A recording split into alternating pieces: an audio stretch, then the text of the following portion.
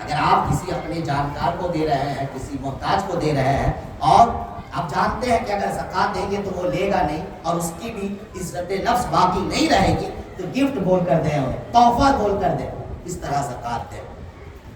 اور زکوٰۃ کے ساتھ ساتھ ایک بات یہ بھی یاد رکھیں کہ منگل سے اعتکاف بھی کرنا ہے۔ اعتکاف یہ رمضان کے جو آخری عشرے میں اعتکاف کیا جاتا ہے 10 دنوں کا، یہ سنت مؤکدہ علی الکفایہ ہے۔ اور یہ اعتکاف کے بارے میں نبی نے فرمایا کہ جو رمضان کے آخری عشرے میں اعتکاف کر لیتا ہے اسے 2 حج اور 2 عمرے کا ثواب اللہ تعالیٰ عطا کرتا ہے۔ نبی پاک صلی اللہ علیہ وسلم اعتکاف کیا کرتے تھے، اس لیے ہمیں بھی چاہیے کہ ہم اعتکاف کریں۔ اور اعتکاف کرنا کہاں ہے؟ ہر مسجد میں اعتکاف ہو سکتی ہے، جہاں جہاں امام اور مؤذن مقرر ہے، جماعت سے نماز ہو رہی ہے، وہاں اعتکاف کیا جا سکتا ہے۔ جس طرح یہ کربلا مسجد ہے، یہاں پر بھی اعتکاف کرنا ہے۔ اس کے علاوہ جیسے ہمارے محلے میں مسجد ہے، اسے مسجد محلہ کہتے ہیں۔ اذان سے اور جماعت ہو رہی ہے، نماز ہو رہی ہے، اگل بغل جو محلے ہیں ان تمام محلے میں بھی اعتکاف میں بیٹھ سکتے ہیں اور بیٹھنا چاہیے۔ عورتیں بھی اعتکاف کریں، اپنے گھر میں کوئی حصہ متعین کر لیں، وہاں اعتکاف کریں، اور یہ 10 دن کا اعتکاف ہوتا ہے۔ نبی اللہ تبارک و تعالی ہمیں اعتکاف کرنے کی توفیق و رفیق عطا فرمائے۔ اور ایک بات یاد رکھیں، فطرہ، یہ فطرہ کے بارے میں نبی پاک صلی اللہ علیہ وسلم نے فرمایا کہ فطرہ جو ہے، روزے دار کا روزہ زمین و آسمان کے درمیان لٹکا ہوا رہتا ہے، معلق رہتا ہے۔ جب وہ فطرہ ادا کر دیتا ہے تو وہ پھر اللہ کی بارگاہ میں مقبول ہو جاتا ہے۔ اور ایک حدیث میں ہے کہ روزے دار جب روزہ رکھتا ہے تو اس سے غیر شرعی بیہودہ اور لغو قسم کی باتیں نکل جاتی ہیں، تو ان تمام کی بھرپائی کے لیے روزے دار کو، بلکہ جو غیر روزے دار ہے، روزہ نہیں رکھتا ہے، وہ بھی صدقہ فطر ادا کرے۔ ہر مسلمان عاقل بالغ کی طرف سے، اس کے عاقل بالغ یا غیر بالغ ہو، کچھ بھی ہو، ان کے جو گھر کے ذمہ دار ہیں وہ صدقہ فطر ادا کرے۔ اور صدقہ فطر کا مطلب ہوتا ہے ایک وقت کا کھانا کھلانا۔ دیکھیے ہمارے یہاں یہ ہوتا ہے، فلاں نے اعلان کیا، آپ بھی اعلان کرو، آپ بھی اعلان کرو، ایسا 4 طرح کی چیزوں کا ذکر ہے۔ جو گیہوں یا جو اگر دیں گے تو، یا یہ گیہوں اور جو تو دیتے نہیں ہیں، ہم لوگ اس کی قیمت دیتے ہیں، تو اس کی قیمت معلوم کریں۔ گیہوں اور جو کتنا ہونا چاہیے؟ 2 کلو 45 گرام۔ اور اگر کھجور سے دیں گے تو 4 کلو 90 گرام، اس کی جو قیمت ہے یا وہ دے دیں تو صدقہ فطر ادا ہو جائے۔ اب جو اصل بات کہنا چاہ رہا ہوں یہ ہے کہ صدقہ فطر میں ہر انسان اپنی حیثیت کے مطابق دے۔ اور ہم نے کیا کہا کہ صدقہ فطر دینے کا مطلب ایک وقت کا کھانا کھلانا۔ آپ کھاتے ہیں، آپ ایک وقت کا اگر کھانا کھائیں گے تو کتنا خرچ ہوگا؟ تو جتنا خرچ ہوگا اسی اعتبار سے آپ کو دینا ہوگا۔ یقیناً جو متوسط درجے کے لوگ ہیں ان کا پیٹ بھرنے کے لیے زیادہ پیسے کی ضرورت نہیں پڑتی ہے۔ جو مالدار ہوتے ہیں وہ ان کے کھانے میں زیادہ خرچ ہوتا ہے۔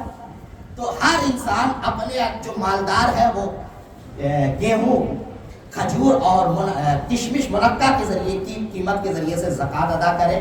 اور جو متوسط ہے، مڈل کلاس کے لوگ ہیں، وہ گیہوں یا اس کی قیمت کے ذریعے سے زکوٰۃ ادا کرے۔ گیہوں کی قیمت اس مرتبہ 70 روپے لوگوں نے معلوم کر کے بتایا ہے، اور اسی اعتبار سے آپ 70 روپے زکوٰۃ ادا کریں، نہیں فطرہ۔ اور جو لوگ کو اللہ نے زیادہ مال و دولت دیا ہے تو وہ کھجور 4 کلو 90 گرام کھجور کی قیمت ادا کریں۔ اللہ تبارک و تعالی ہمیں ان باتوں پر عمل کرنے کی توفیق و رفیق عطا فرمائے۔ اور پچھلے جمعہ جیسا کہ آپ حضرات نے سنا تھا کہ مسجد میں گھڑی، جو ڈیجیٹل گھڑی کی ضرورت ہے، کچھ لوگوں نے دیا بھی، اور اس بار بھی کچھ لوگوں نے دیا ہے۔ ہاں، جناب بابر خان صاحب، انہوں نے وعدہ کیا تھا، آج انہوں نے اپنا وعدہ پورا کیا ہے۔ تو ان کے علاوہ